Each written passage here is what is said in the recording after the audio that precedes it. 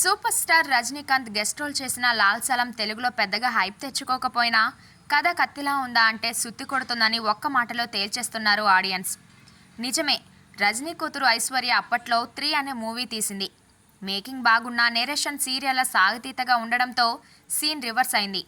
ఇక లాల్ సలంలో క్రికెట్ నేపథ్యానికి మతాల మధ్య ఘర్షణ అనే కాన్ఫ్లిక్ట్ని పెట్టారు. అది బానే ఉన్నా తీసే విధానం బోరింగ్గా ఉండడంతో సీన్ రివర్స్ అయింది.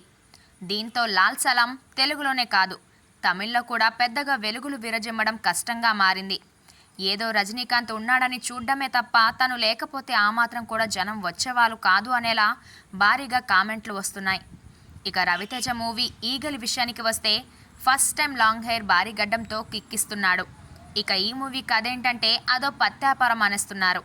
నిజమే, ఇందులో ఒక విచిత్రమైన పత్తిదాన్ని పండించే వ్యక్తి, ఫారిన్ కంట్రీతో ఆ పత్తికున్న లింకు, ఇక రా నుంచి విదేశీ సంస్థల వరకు అందరికీ జలకిచ్చే రేంజ్ బ్యాక్గ్రౌండ్ ఉన్న పాత్రలో హీరో ఇవన్నీ బిల్డప్ పరంగా బాగున్నా కొన్నిసార్లు కాస్త అతిగా అనిపిస్తాయి.